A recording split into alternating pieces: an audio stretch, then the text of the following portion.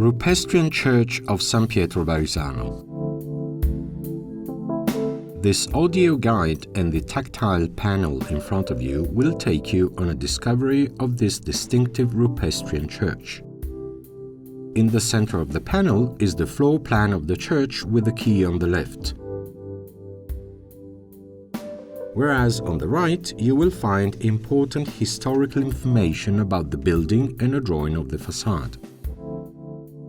After a brief introduction to the site's history, the audio guide will describe the details of the floor plan and facade of the church. History. San Pietro Barisano, or San Pietro de Veteribus Church, is located in the Sassi district of the same name. Carved almost entirely out of calcarenite rock, which is commonly known as tuff, it is the largest Rupestrian church in the city. Although no longer visible, beneath the pavement lies the floor plan of an old medieval church, with 3 aisles and apses which extends from the first aisle to the neighbouring plaza. In the 15th century, after the collapse of the front of the building, the church was significantly extended, which was then followed by other works in the mid-18th century. The latter which gave the church its present-day form, with its new facade and the creation of the underground chambers that were used to drain the bodies of the deceased. Worried about the infiltration of rainwater, on the 25th of October 1903, Archbishop Raffaele Rossi declared the building unsuitable for worship, moving the seat of the church and a good part of the furnishings to the nearby church of Sant'Agostino. Following the De Gasperi Colombo law of 1952, sadly, the church faced a long period of abandon, during which many works of art were stolen or vandalized. Floor plan. More than any of the other churches, San Pietro Barisano is an exemplary case of negative architecture, which over time has modeled and transformed the carved sections of the building and seen the addition of further masonry elements. In order to emphasize the peculiarities of the construction, we have tried to distinguish, albeit simply, the areas of the building that have been carved out of rock from those made of tough blocks. The carved areas are indicated by the textured dots. The extremely irregular floor plan consists of 3 now unusable trapezoidal aisles, where the shortest side corresponds to the facade.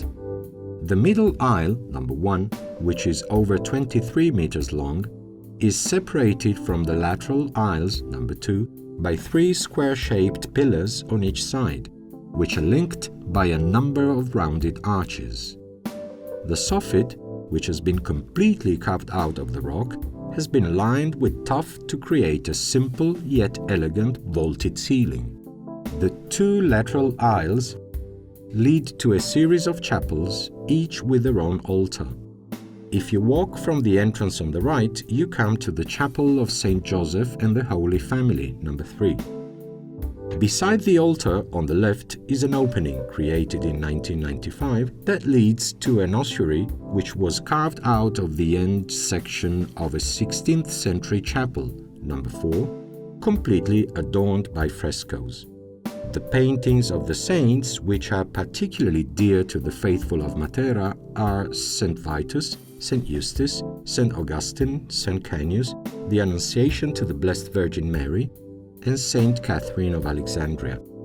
Moving onwards, you come to the Chapel of Our Lady of Consolation, number 5, adorned by a tough bas-relief of Mary and Child crowned by angels, surrounded by 4 niches with 4 statues. This is followed by the Chapel of the Blessed Sacrament, number 6, adorned by an 18th century majolica flooring created by La Terza.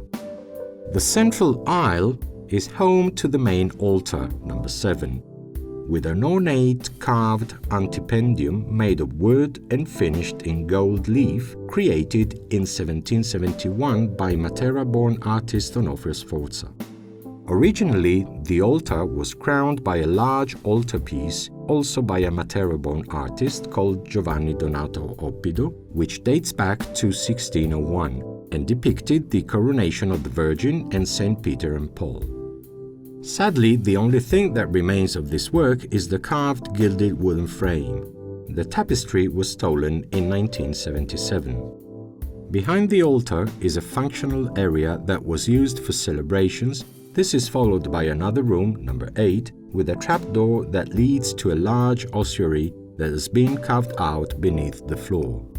At the end of the left aisle is the Chapel of the Blessed Cross, number 9, with a novel cornice in laminated gold that once surrounded a 16th century wooden crucifix, which is now found on the main altar of the nearby Sant'Agostino church.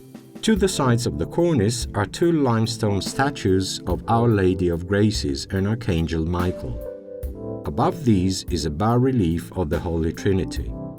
Also, in this chapel, to the left of the altar, is a small room used to access a trapdoor that leads to an ossuary, number 8. Continuing along the aisle towards the entrance, you will find the Chapel of the Annunciation, number 10, and St. Mary Magdalene, number 11, with tuff statues and furnishings. Directly by the entrance to the left aisle is also a hollow carved into the rock, which was created in the 18th century to cast the church bells, number 12. Next to the entrance door is the entrance to the so-called Sancta Sanctorum, number 13, a large rectangular room which is home to various liturgical objects, paraments, sacred books, and relics. There are also 2 frescoed panels that depict Mary and Child and St. Donatus, which both date back to the 16th century.